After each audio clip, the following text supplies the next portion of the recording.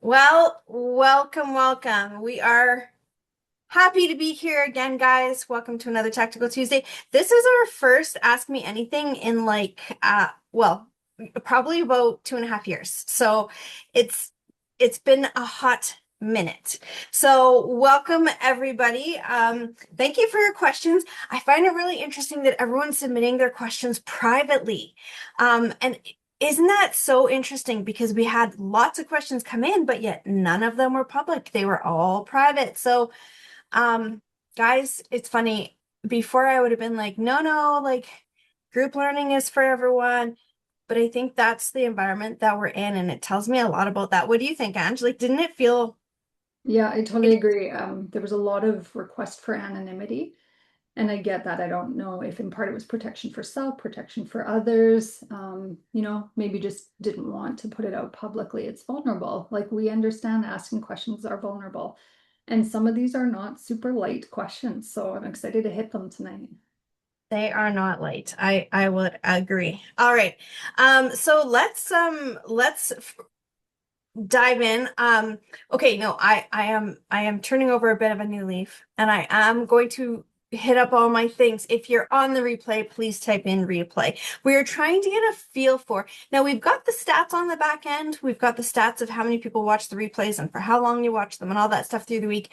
But I'm trying to get um a feel for how many people are engaging with the replay, like how many people are into it. So if you're on the replay, please type in replay. If you have questions as we go, please type them in.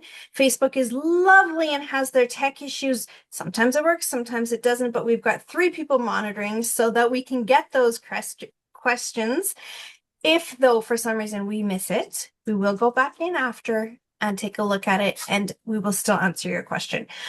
Some of those questions have had to be a reach out because they're just not simple to answer when we don't have context and can't ask you. So, So anyways, even if please, you're guys. sorry, Tiff. So even if you're watching the replay and you have questions, put them in the comments. We will check that out. We'll get back to you as well.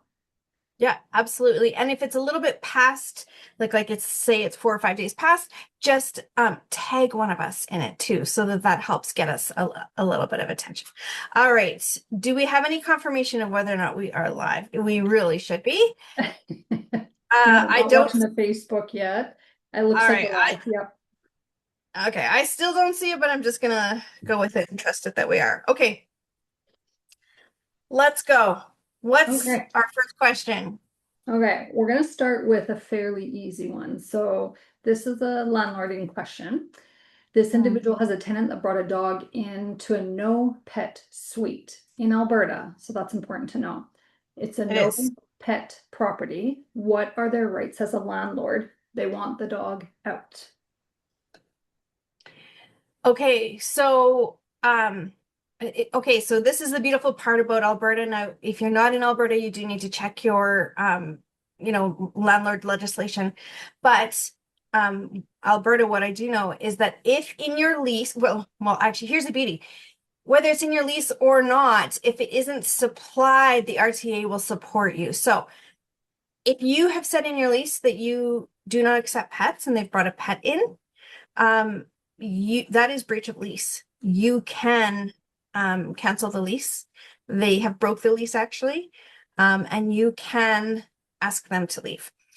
Now, another question that came in that I was going to hit up later, but we'll just might as well answer it right now, is on evictions. So in Alberta, and this is something that I hear so much, and I still wish that I could somehow get the word out to everybody. In Alberta, guys, you do not have to evict. You can save yourself 16 days. So the day of service, the day of after service, I guess, and then the 14 days in between, which is a 14-day eviction notice, you do not have to do. We have choices in Alberta, which is pretty great. We can do either an eviction. The RTA says that we do an eviction or we do a notice for hearing. So for me, I skip the 16 days. I go straight to a notice for hearing. So a lot of the advice you might be getting is to evict. They broke the lease, evict. Please don't evict. Please file at the RTDRS. So type in Google RTDRS, type in landlord application, fill out those forms, and go straight to a hearing. Let them know, listen, I've put in for a hearing to have you removed because you broke the lease because of the pet. If you get rid of the pet before the hearing, I will cancel the hearing. So two questions there answered in one. One is yes, they did indeed break the lease. Yes, you can ask them to go. If they're good tenants and you want them to stay, you can ask them to get rid of the pet. Or if they're really good tenants, you could negotiate a pet rent instead, $100 a month, just to have a pet. That might be a win for you too. If not, notice of hearing saves you 16 days. You can cancel that at any point if you come to an agreement. Okay, I have a question relating to your two stream route. So they can either evict or they can apply for a hearing. What would be the benefit to going the route of the hearing versus eviction? Okay, so in an eviction, if they don't comply, so you're gonna say like you didn't pay your rent, or you have a pet that you don't have permission, or there's an extra person there that is not on the lease that is living there, and that is against both the RTA and my lease that you signed. So let's say you give them the 14-day notice or eviction notice.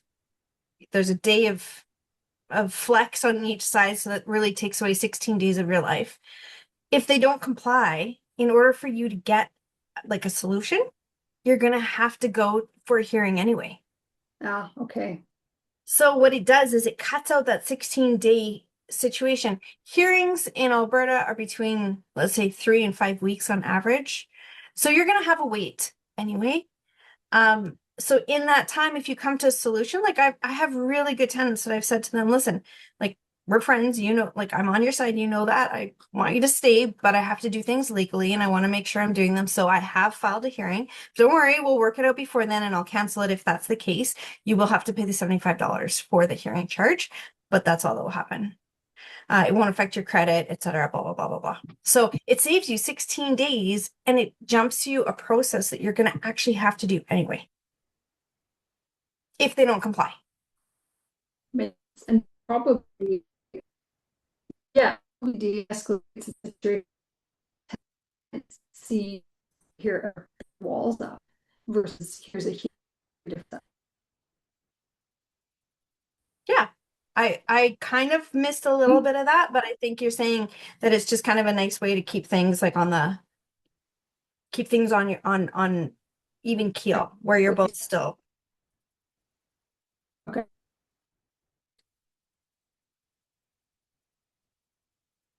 Okay, I think you're frozen, but that's okay. I have these questions here too. So I will move on to the next question. Let's see here. And she's gone. Don't you love tech, guys? Hey, where are you from? Where are you watching me from? I miss the days. Do you remember the days when everyone would jump on and be like, I'm from here, watching from here, watching from there? It was this like little, I don't know, party of where you're all from. And I miss those days. I really do. I miss heart showers. I miss the thumbs ups. So, I mean, I'm giving you my all. I really am. And if you can give me back the bits that we're missing, I would love that. Also, if it's too much, it's okay. But I don't feel like that's too much to ask. I feel like you can do that for me, but also, it's okay. Anyways, hi, Ange, you're back. Hi, so this is the joy of live technology. Sorry about that. Good. I was just jumping into the document myself, but Okay. are there any questions related to what we just talked about before we move on to the next one? I don't think so. I guess like one of the things that I would encourage this person to be thinking about with the dog is why they don't want pets in the home. And that can be a very personal perspective. I know for us, all of our homes are pet friendly because it opens up a much wider demographic of people. And in Yeah. general, pet owners do tend to be responsible. We've had very little damage from pets, less than from Do you kids. Do you notice, and this is what I notice, if their credit is good, then how they do one thing is how they do all things or most things. So if their credit is good, then they are really good with their pets. If their credit is bad, they're maybe perhaps not so good with managing their pets either. Do you find Yeah, that? there can be a correlation for sure. And we're Yeah. getting lots of heart showers. Thank you. Oh, and I'm not seeing anything. So, okay. So So, let's move guys. on to another question. This is Okay. another landlording question. Looking for opinions. They have a 1960s home that they've had for several years, rented to a few different families. The current upstairs tenants moved in a few months ago. Since they've been there, they keep tripping the breaker for the kitchen. And every time this happens, the downstairs tenants have to reset the breaker. That seems like a big hassle and inconvenience. They did have an electrician come out already. The kitchen plugs are on one circuit. They've advised the tenant to not use more than one high power appliance at once. And the tenant is saying this is causing an inconvenience for them because they don't have time to wait for the kettle, microwave, and the waffle maker. The landlord has suggested to use a kettle on the stove, but the response is we prefer to use the safer method of boiling. Oh, Also, geez. I know they don't want the inconvenience of having to wait, but yet there's the inconvenience of the breaker tripping. So Yeah. um this landlord just renovated the basement, drywalled the walls, including the utility room. The electrician said it would be a challenge to add another circuit, and there was no issue with the electrical units previous to these tenants. So they never thought of adding another circuit. Opinions. Okay. Okay. I got this one sent to me. This was from the Alberta landlord community. That's And right. yeah, okay. So okay, hang on. Hang on. Let me just this. There's a lot of Okay. information there.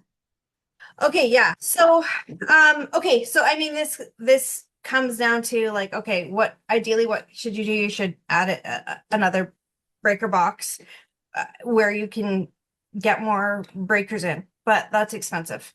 So if you can't or don't want to do that or whatever, then this is Taya. Say hi, Hi, everyone. Taya. This is Taya. She's the addict. Um, so ideally, yeah, add a breaker box. Let's say you can't, let's say it's expensive, let's say it's hard to access, whatever it might be. This comes down to like tenant relationships, right? So how are you dealing with your tenant? So I would, if you can, and if you're in town, I would go there personally and I would talk to them each and I would just kind of say, okay, listen, so obviously we need you guys to get along. We obviously need this to work. I don't know how it's going to work. I want to find the solution. What is ideal for you? Go ask them what is ideal for them and see if you can find a middle point. If you can't, it does come down to just remembering, like, hey, listen, there's like lots of, we all want it our way, but we share a house here, right? So let's try to stay on the same side. There's all that nuancing, right? But at the end of the day, I would probably suggest I would buy like a good quality electrical cord. I would say, can you plug in your waffle maker with this extension cord line that is on a different breaker from a different room? Do we need to buy you a, cord hiding thing or shove it under the baseboard or, do we have to make it pretty somehow for you? Fine. Can I buy you a dinner for your inconvenience? I don't know what it might be, but I would say that most tenants, especially, I mean, maybe you didn't choose well necessarily, but most tenants will be like, okay, fine. I would think that would probably work out with most of the tenants I've ever dealt with. If it doesn't, get rid of the problem tenants. When the lease is up, just say, well, just so you know, I'm so sorry we can't come to an agreement on this, but it probably will make it so that it's impossible for me to renew your lease because I do need something or someone that will work. And if it's not going to work for the whole house, I probably will not be able to renew your lease. So we need to find a solution. And I would just kind of put that out there. Like this could be make or break for you. So try to be little less stubborn, please. That's how I do Yeah, it. and I You? yeah, I assume the breaker is likely in the utility room, which is inaccessible to the main floor tenants. Otherwise, they would have to just keep going and fixing it themselves or tripping it, flipping it on themselves. Yeah. But it is curious that this landlord had a number of families before. This was never an issue prior. So is this family doing something different, or is it that they're struggling to solution it? And so doing that collaboration and talking with them about like what are the options here, I think is a Yeah. great approach, including them in the problem or solving. Yeah, and reminding them like that they're part of the property management. Like you know that I'm a small landlord, you know that I don't use a property manager, you know that it's me, you, and the tenant downstairs that have to make these things work. I do have things that I have to be bound by the RTA, by legislation. So there's certain things that I have to do. And, I'm looking for your help in making this work because I really don't want to have to not renew your lease. Saying things like, I really don't want to have to not renew your lease. I think you're fantastic otherwise. So what can we do? But I mean, a microwave and a waffle maker and whatever else you said, it's like, yeah, those are pretty big things for one breaker. So Yeah. And Mark Kalo is giving some advice here. He's suggesting that if there's an outlet on the top of the oven, that will be powered through the oven outlet, which is a different breaker. So maybe that's an option to try. Thank you for that, Mark. thank you. That's a great option. And Yeah. Mark, just so y'all know, we've been trying to get Mark on Tactical Tuesday forever. He will not come on, but he is a wealth of knowledge. We get to hear, we're lucky in Ignited in our later sessions, we get to hear his wisdom. Doesn't ask many questions, but definitely has lots of answers. He's been working with pretty tough situations. So yeah, thanks, Mark, for chiming in. That's awesome. Absolutely. And Lisa Stanley is saying that's part of the beauty with the being a landlord in Alberta is that you're not required to renew leases if it's not working. Yeah, no kidding. Hey, imagine if they weren't in Alberta and you Yeah. have no choice. Yeah, it would be a matter of like, let's bribe. Yeah, and in Oh, Saskatchewan, where I'm located, it's not a yeah. lot different. We have to give a 2 month notice of intention. So intention of whether we're going to renew the lease, whether we're going to renew the lease at the same terms, at new or different terms, or if we're not renewing the lease at all. And we don't have to justify why we're not. Yeah, and it's a good idea to not justify why you're not. Just we are not renewing the lease, right? Like that just in general is probably safer than just for confrontation as well as maybe liability even. Um, Exactly. Okay, yeah. So that's what you would do, Ange. So lots of you guys don't realize this either, but Ange is a 20-year plus landlord. She's been self-managing all of her properties, which are many are suited houses, so double, for many, many, many years. And she takes this background role. But again, another wealth of information. So you've worked out all these things on your own, just like I did. You had to learn how to figure this stuff out on your own. And so is that what you would do too, or what would you do? Yeah, baptized by fire, as they would say, Baptized right? by fire, right? Yeah, Yeah. absolutely. I think the communication is such an integral part of, especially in these situations where you have a main floor and a basement suite. And I start the relationship off when I'm right at the beginning, showing my properties.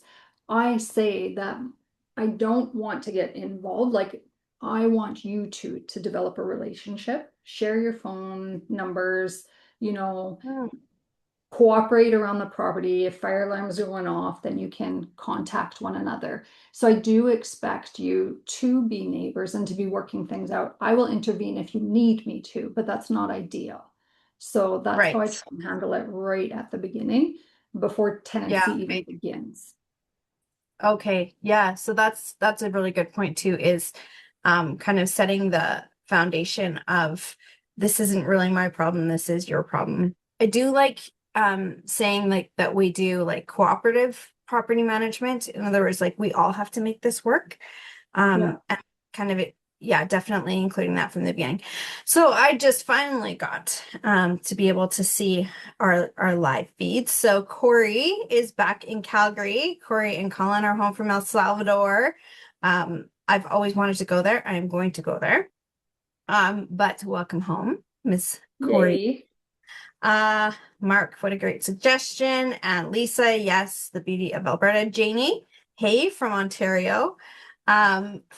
I actually thought that you were Western. I didn't know that you were in Ontario all these years, Jamie.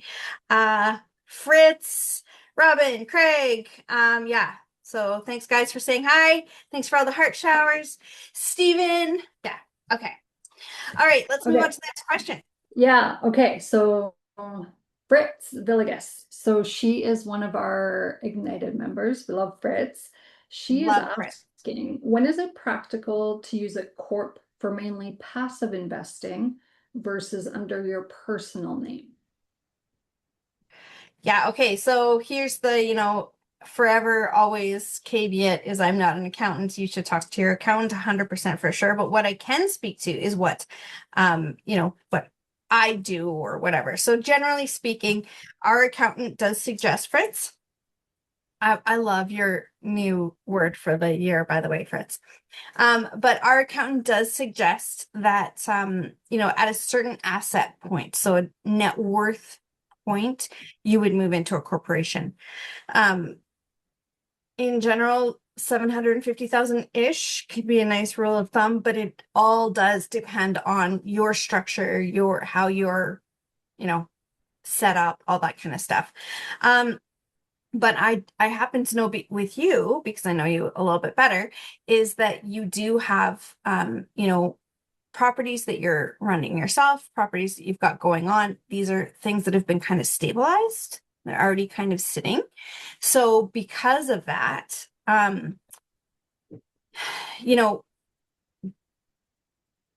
your foundation is already set. So because of that, especially you're not going in deciding, you do need to talk to an accountant for sure. So the whole thing comes down to the fact that if you are passively investing, it is no longer a capital gain, is no longer taxed the same way. And so that's why you really need to, unfortunately, talk to an accountant. So we do have an accountant coming into Ignited into our session. Just talked to them the other day. Actually, we didn't set a date, but I think it's in mid-February-ish that we're talking about. So you can ask them that, Fritz, in that session. We can make sure to tag you to make sure that you show up for it. Yeah, corps are expensive. And unless there's real good reason for having it, you know, it can be a big decision. But the tax rate is so much better that it can be pretty powerful too. So it's just like one of those things. Sorry, it's not a great answer, but it is what it is. Yeah, and I think the reality is we do have to check in with our professionals, lawyers, accountants on our individual situations. Yeah. It's just, yeah. And because Fritz has already got these things established now. So Fritz, for example, this is what I mean. Because you have these things established, let's say that they're in your personal name and now you're going to flip them into a corp. Well, that's going to trigger a tax event. So are you in a position this year or maybe next year or whatever to trigger that tax event? And if you're not, that can have a big bearing on whether or not you go keep it personal or go corporate. So you don't have the privilege of having, a blank slate. And so that makes it even more complicated. Okay, that's a great answer. Thanks, Tiff. Yeah. Next question we've got from Robin Chapelski. So he is asking, and it's interesting because he's already diversified in many of these areas, but he's asking, how do you know when you want to diversify into different classes of real estate or different types of real estate? So like multifamily, storage, different things like that. Robin, I think you could probably answer this question for me. I could probably have you on here and answering it for everybody here. For me, I do think, and I'll say that this is something I didn't do for the first many years of my life and investing career is diversify. I was like all in real estate and like pounded into one spot that I really believed in. Um, but I've helped my dad manage his stock portfolio, not helped him manage it. I shouldn't say that. That is very presumptuous. I've watched him manage his stock portfolio. I've, really just I've taken courses on personal finance and all this stuff. And I do wish that I'd bitten the bullet sooner and Hmm. diversified sooner. Um, so I mean, Robin, what would your answer be? I think when is diversification is always safe. It's always when one thing is going down, like gold and sorry. Okay. Um, a lot of them are intertwined. So when one goes down, one is going to go up. The opposite is going to go up. When that one goes down, gold is going to go up. It is often tied. We know the bond market affects so many different things. If you have a little bit of everything and you ever need to fire sale, you're a lot safer. And those of you that know me know that things have changed in my life a lot recently, and I have had fire sailing going on for the first time ever. Um, Hmm. and I do appreciate that diversity is extremely.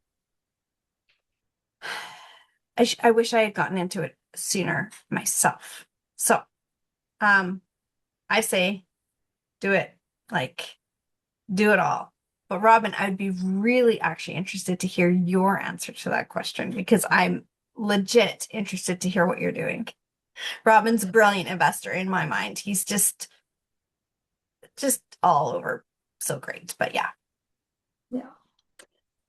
You, Ange, what do you think? Yeah, I have a little bit of a different answer to this. And in Mm, part, I'm not sure where we heard it from, but our our strategy was get really good at one particular strategy, like you talked about, right? So when we were first actively investing in real estate, we were buying properties and adding basement suites. So from scratch, typically is what we were doing.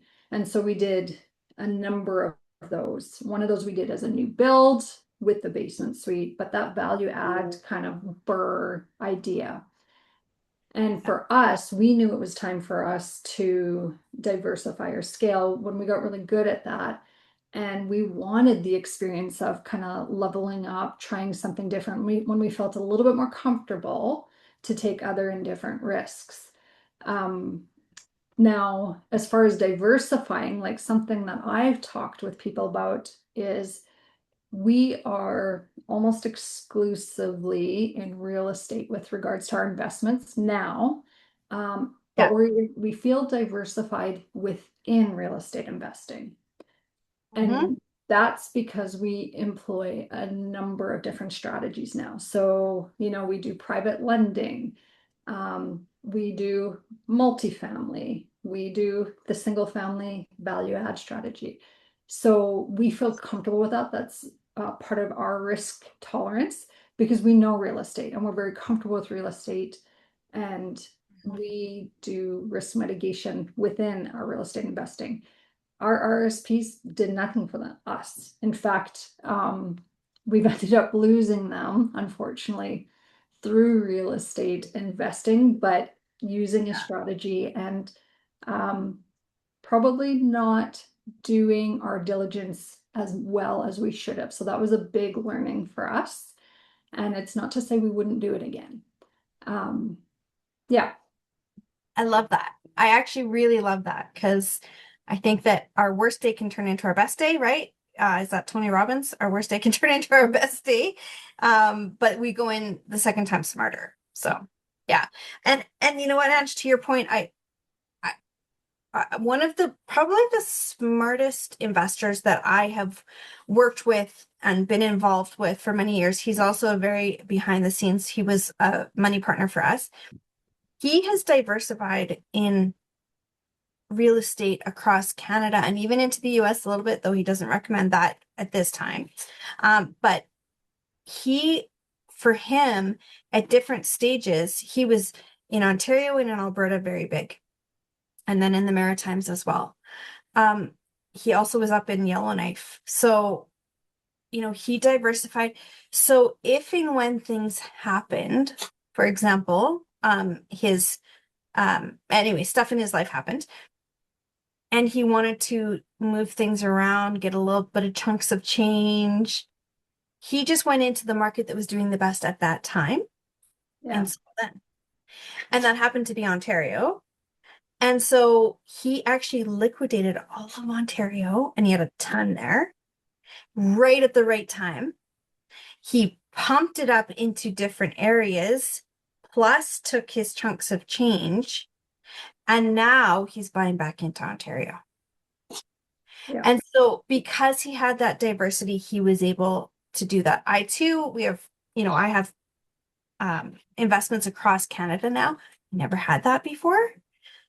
And for me, I do feel like, okay, well, which which one is doing best right now? So I do like the diversity. Whereas Ange, like you, I used to be like, no, no, no, get very good at one thing and just, focus on that area. Don Campbell taught us that. And I listened and it did me well for many years. But now I do think diversity is extremely important. We just have to be cautioned about shiny object syndrome, that we're not like all over the place and doing a little bit of everything, so that, a jack of all trades, master of none. That's just something that I would caution. Good call. That, And yeah, if it's too good to be true, if it seems too good to be true, it most probably is, whether that's in real estate or in anything else. Like if it seems unrealistic, it probably is. Do the gut check. yep, yep. And good point Mm, about being in different markets. That's the way we diversify as well. Different right? markets in Canada. Yeah. Yeah. Yeah. When we sold our property in Okay. BC, it was at its height. And it was like, woohoo, like it was great. But it was three times what we would have gotten out of if we sold an Alberta property. Now that dynamic has changed. So diversity, absolutely. Within real estate and even outside of it. Yeah. All right. Okay, next one. I really like this question. So Mark Lavangi asked in Fearless. He's saying he's a small landlord and he's curious about how others manage their properties because he doesn't feel that he has a good system. He's basically tracking maintenance, appliance information, paint colors, lockbox codes, lease dates, etc. Mark, I just want to say these are amazing things that you're tracking. Lots of new landlords don't do that, and not in any kind of systemized way. You're doing it, but I hear that your system's not efficient. So he's tracking these things across a mix of phone photos, notes app, calendar reminders, spreadsheet, and wondering if this is similar to how other people are doing it, especially if they have just a few small units, or if there's a better system that he should be following. Okay. So, do you want to go first in answering this? Because so Mark, let me tell you, Angie is the process-driven, systems-driven, consistent, disciplined um person and has been managing her places forever. So she's a great person to answer this, and she is going to answer it. I, however, so I guess it depends who you're more like. I am a fly by the seat of my pants, like kamikaze it, make it happen in an instant kind of person. So what I need is something that's quick and easy and I don't have to think about it. Um, Angie likes everything detailed, system driven. So we're going to show you both sides of that process. And you all can take, okay, tell me, who are you guys? Are you guys more system driven? Those that are on with us tonight right now live. Lots of you on there. Who are you? Are you okay, Andrew? I know Andrew is I'm going to say systems driven. Are we Um, talking Andrew Hung? Andrew Hong. Hung? Oh yeah, definitely systems, Systems I would driven, bet. Yeah.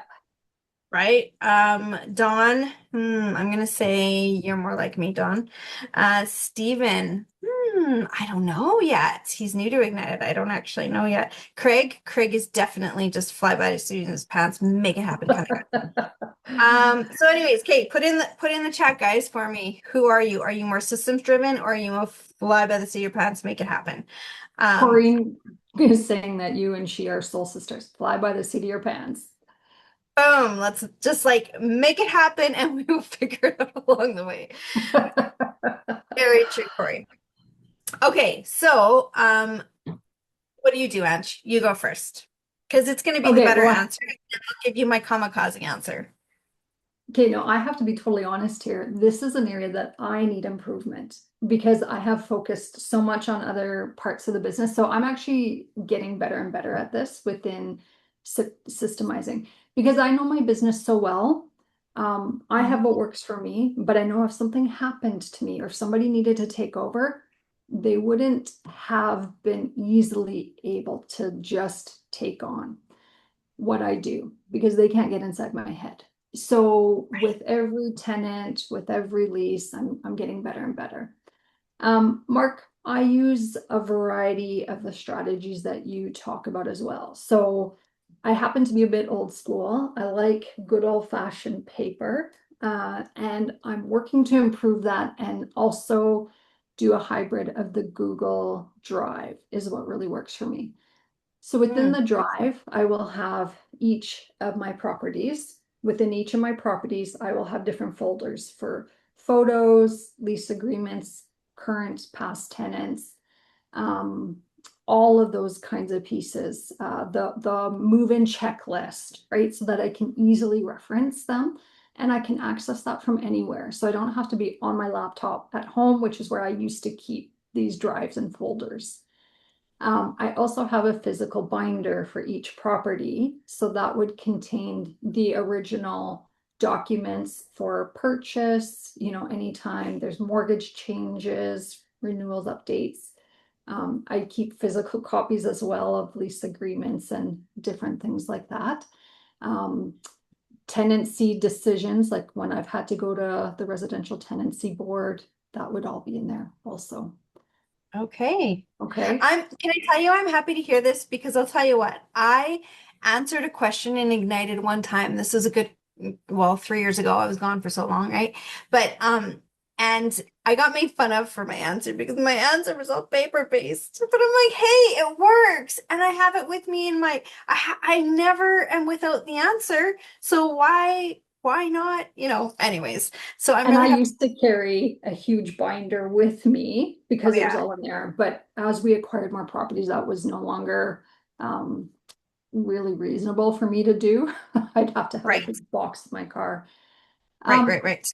One thing I do, and this is something I've just implemented this year actually, is I have a document, a spreadsheet with all of my fire alarm testing in it. So all of my properties, and then it will tell me the date that it was last done. And then I've got a column for date when it's due next. And then I add that reminder in my phone. Same thing Right. for when my leases are due. I've got a document for leases when they are due to expire. And then in my phone, I have an alert and a reminder set up a week before that 2 month notice is due. So it gives me a week to get the paperwork in order, contact tenants, do whatever I want to do, and make sure that I don't miss that deadline of that 2 month notice. I love it. Okay. So I think Mark, what you're hearing is we kind of are all a part of it. But let me tell you something, and this is a sneak peek, is we are coming out at Investor Life here. We are coming out with a product that is going to help you manage all this because we Mm, realized, right? And we're getting I'm so many excited about questions. this. I know it's so great, and we're working on it right now. But that is something that we're coming out with is a product that's going to help us manage all of this stuff better. So here's my story is I've gone from, okay, actually I should just address some of these comments. So yeah, we are soul sisters in more ways than one, Corinne. Corey. Totally. Colin's definitely a systems guy. Yep, so compatible. Fritz says I'm not sure. Actually, that's true. Hey, Fritz, like you are so systems driven in some ways, but then otherwise you're just a go-getter. So yeah, interesting. Mm, Jamie says she's systems driven. I believe Jamie's also a broker, so that's really a good thing for that brokers. tracks. Yeah. Tina says she's systems driven. I totally can see that too. Um, Robin, paper. It's the printer in me. He says, yes, of course. Robin, okay, you have to remind me. Ange, do you know the name of his company? He sold it. Oh, Yeah. Last December, November, December, something like that. So yeah, he has sold it. Robin, you and I need to catch up. We need a coffee. Yeah. Karina, binders and folders with addresses. Okay, so you see that lots of us are old school, but I'm going to show you how old school I am. Okay, I'm going to share my screen with you now. So Mark and Rebecca, thank you if you are also Tagging Mark Lavangi and Fearless, amazing. please. Thank you. Okay, let me see. I'm just going to make sure that I have this up and slideshow. Okay. And now I'm gonna share. Okay, Mark, this is how I do it, and it is terribly simple, but I'm just showing you what works. Okay, hang on. There. Okay. So this is what I do. I use a contact card in my phone. So every single one of my properties has a contact card. If you look up here where it says property 517 property card, every property has a property card in my phone. It is just a contact, like literally where I also keep Angie's name and number and information. But this is what works. Now, here's my story. As you know, bought a lot of properties in a short period of time, kept 52 of those for the long term. Okay. 52 of those that I then self-managed. So, you know, had to find ways to do that. We used Propertyware at the time. It was you know, a property management software. It was great. But when you get down to having like 10, 12, 15 properties, you really don't need that kind of system, and it becomes actually redundant to do it, I find, especially my personality type. So I moved to this, and then as I've now only had under 10 properties for the last few years, and I'm dwindling by the minute, let me tell you, this has worked great for me. So it is literally on the left-hand side, a contact card. So I add it as a contact, as a person. Each property gets a name. 517 property card, 48 property card, Miller property card, whatever, 5440 property card. That's what they're all called. When you then search, let's say you have a moment where you can't think of, all you have to search is property, and they all come up. So again, have the address, something really silly, but postal code always is, handy, needed when you're talking to EPCOR or whatever. This is how I manage my leases, Ange. This is supposed to be a birthday date, I think, with every contact card. I put my lease end dates in there. You Okay. have With Android, you have one option to do a custom field, so I can actually call it lease end. But if there are other dates I want to track, I can put them in there. I just have them as other dates. They're not considered, you don't have it saying custom lease end or whatever. My parking stall numbers are in here. This one happens to be an Airbnb. So this one is, has what's the Wi-Fi and then what's the code. Paint color, super important. And whether, this is huge, is the paint color on site? Or do I have it in my garage? Or is it with my contractor? If it's one of those ones that has high turnover, my contractor keeps track of those, not me. My painter. This one also has a lockbox. This is why I showed you this one, because it's got, more stuff because it's an Airbnb. It has a lockbox. What is the name of it? What is the code for it? Has a cleaning locker because it's an Airbnb. So what is the code for the cleaning locker so they can access supplies? This is really cool. This I love and use all the time. I keep track of the appliances, their make, model, serial number, all that stuff. I used to have it in a spreadsheet. I then had to remember how to find the spreadsheet. Which spreadsheet was it? Which tab on the spreadsheet? For me, even before my car accident, that was too much. So I now have been using this for years. The washer and the dryer, they're the same. They're stackable, so they're the same. They're 2021 LG Think model, serial number. Why is this important? if a tenant calls me and says something's not working, I call my appliance. For me, it's Macefield Appliances. I call them and I let them know, hey, my washer is making this noise or not filling with water or not releasing water or whatever it might be. They ask me, what's the make and the model? If I can tell them that, they can come equipped with the general parts that they might need, saves them a trip coming back, which saves me money to pay them coming back. Um, they can do all kinds of research, right? They know what they're doing. And just a little plug for Macefield, when they were on last spring, they actually now can keep this information on file for people who use their services. That's right too. They're tracking our stuff for landlords. That's true. Thank you. That's Macefield Appliances. Yeah. I just want to note one thing here. Fridge and stove are blank. Why are they blank? Because that tells me that they're old. Okay, that tells me that the next time that I get a call for them to be fixed, it's a replacement. I'm not gonna call it in, not gonna try and figure it out. It's old enough that the 200 bucks it's gonna cost me to figure out whether or not to replace it is not worth my time. That's why it's blank. I used to keep it in there, but then say, that we didn't need to do it or whatever, or try to remember. I can't remember stuff anymore. Everything is very simplified for me. Just gonna say this too. Our cash flow sheet got no, I'm gonna say that after. Hang on. Write me a note. Write me a note. Okay.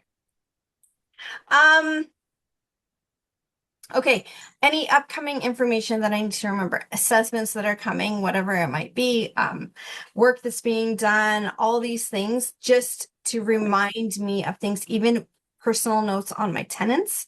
I will put in there certain things. They're getting they're military. They've been in there 3 years as of this date. They may get a transfer, whatever it might be. That doesn't really happen as much as anymore, but it used to be every 3 years. Contact information for my on-site managers, contact information for my manager. These things are new since my accident. I can't remember people's names or even the managers' names. That used to be all in my brain. It is no longer in my brain. So it is now in here. Which is good, because if you need somebody to step in for you, they have it there as well. It's true, and I do share that contact card pretty easily. Now, oh, sorry, actually, one more thing I'll show you. Actually, do I have it in here? Hang on. Sorry, I am shared, but I will go back. Okay, see this? Oh, no. Up here in the right-hand corner, there is one spot where you can put a picture. So you can use this picture instead of putting it of the property, use it for, in this case, no, I can't show you because this is a screenshot. I use it for like the pictures of the appliances that are on the inside of the door of most appliances, the dishwasher, the fridge, stove, all that. They give you the make model. I take pictures of those and I keep them in my folders like you have. Property pictures that are organized by address. And they're in there just with all my staged photos, all that kind of stuff. Yeah. So, Mark, sorry, go ahead. Simple, Yeah. not fancy, but it works and it's worked for 25 years. So for me, even though you're going to make fun of me, everyone is. I know it's because they made fun of me for my folder system. At the same time, that's what works. So, okay, Corey, what's Corey saying? Corinne is saying just a contact in your phone. That's genius. That's your system. Yeah. Thanks, Corey. She's just doing that to make me feel better, but I'll take it.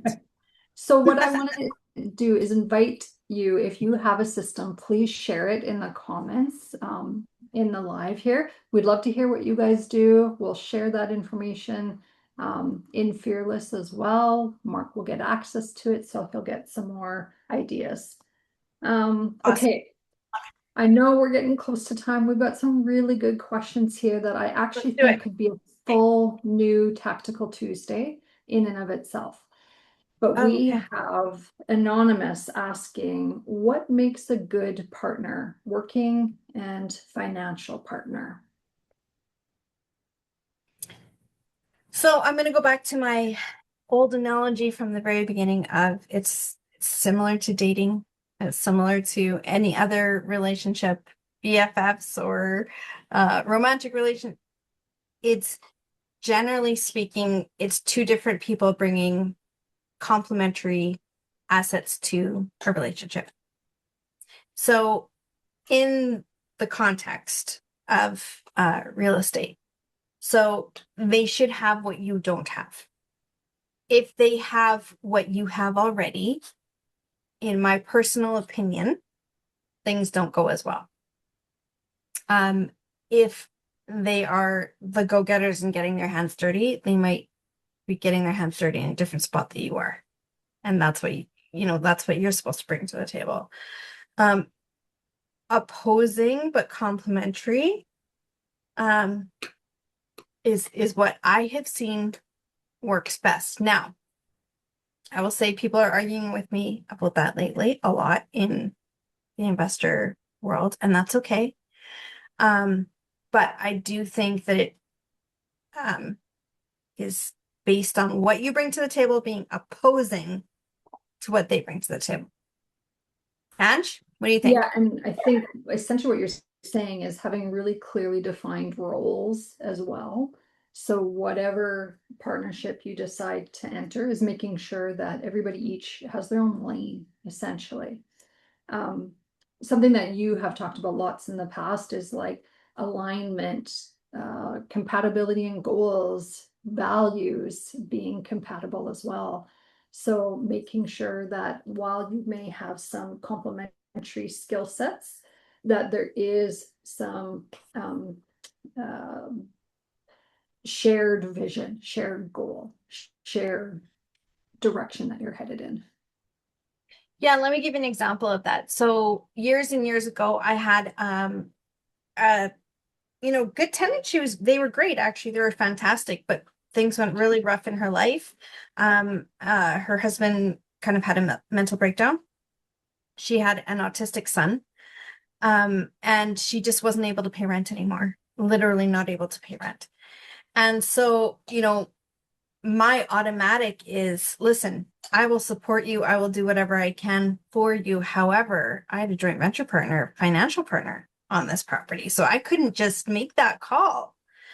But one call to him and I said, hey, listen, are you okay if they vacate, break their lease? Don't pay us the lease break fee because I want to waive that for them. And then don't pay us rent next month. But over the next 6 months, it was only $1,200 or something. So it was over the next 6 months, it was $200 a month for however long, 6 or 7 months. And they pay us every month. No guarantee we're going to get it, but I think we will. Are you okay with offering this to them as a solution? Get out, go somewhere that you can afford, whatever. He was like, yes.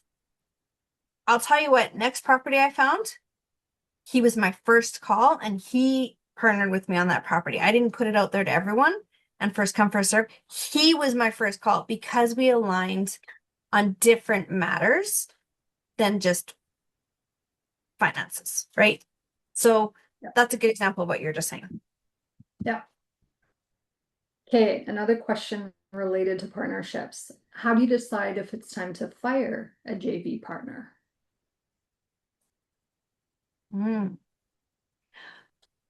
So I was thinking about this earlier and I thought, okay, the way I know when it's time to be done with the relationship is when I wonder if it's time to be done. Because if you're wondering, like, not a personal relationship that has totally other nuances, but in business, if you're wondering, there's reasons why you're wondering. So, if you're wondering, I would say you probably know deep down instinctually what your answer is. But certainly if you are in a situation where you and your partner are not aligning on a ethical basis, that's for sure a done deal. And yeah, if you are wondering if it's time to fire a partner, it probably is. Yeah, if you're having doubts. Yeah. So Angie is a trained psychologist, you guys. She works and lives in the field of psychology every day in her day job. This is where she is. This is where she's trained for. This is who she is. Again, doesn't tell people that. So asking me this question is ridiculous when you're sitting there. So, Ange, how do you decide if it's time to fire a JV partner? I think, I mean, it really comes down to communication, right? And so if you've communicated your concerns, if you're very aware of what your concerns are, if you've tried to work to resolution and it's just not working, or if there has been a serious breach in trust or, a violation of some kind, that doesn't necessarily mean give up, but it might. And I don't mean give up, but I mean, it might mean it's time to revisit that partnership and look at what's going to be in everybody's best interest. Obviously, you have to keep your own at heart first and foremost. But I imagine there's lots of context behind this, that this person is coming to the decision of wondering whether it's time to move on from that relationship. Because is it true, Ange, that generally speaking, we come into a relationship, um, we may be, um, have some blocks up or some walls up or whatever, but when we come into an agreement where we've actually become partners with somebody and we've bought a property or whatever it might be gone on this endeavor together financially, there has been a trust built and established, a foundation. And we probably wouldn't be wondering this question unless that foundation has been shaken. Yep, very likely. Very likely. Yeah. Yeah, it's like the average person isn't entering into a marriage planning for divorce. I mean, yes, you might have things set up like a prenup or whatever, but you don't typically, get married thinking, yeah, this is going to end in divorce, right? I would. Yeah. So, and I will just say one more thing to that is, if you are wondering already, I truly believe that with tenants, with partners, like financial partners, business partners, I do believe that things end how they start. It always goes like the bad always comes through a little. So once you know, and I'll say this is a Kevin O'Leary thing, and lots of people are not Kevin O'Leary fans. Um, he says like once you know you're going to fire an employee, you just fire them. Like done. Once you're wondering, that's it. They're not going to work. If you're wondering it today, cut the tie and be done because it's just going to be more and more painful for all of you and have more fallout if you delay it. So I would say Yeah. that kind of principle holds true. If you are wondering now, maybe cut the ties before it gets ugly. Yeah. So follow up to that question is how, sorry, I need my glasses. Any suggestions on how to dissolve a partnership if that partner has changed over the course of time? I always believe that you win when you let others win. So, at any time we've come down to a situation where we're not quite sure, you know, that we should go forward, I will always offer more to that other partner so that they live with dignity and respect. And we leave being able to have dinner next month. That's the goal. And usually the sooner you do that, the better. Um, we've never had a joint venture partnership go wrong. But in dealing with, in business partnerships, collabs, whatever, all that kind of stuff. It happens a lot where you just decide to go different directions, but often making it their decision or their choice can give them the dignity, I think. Yeah. Yeah, certainly if you let us know what your situation is, maybe privately, certainly that's okay. It is an anonymous question, that's okay. We can maybe help you walk through more tangible steps if we need a little bit more. Yeah, and just circling back to like the last question, Robin is saying slow to hire, quick to fire. Yeah, exactly. And I know when I've been in situations with tenants where I'm like, oh, I just want to try a little bit longer, I want to try and come to a solution.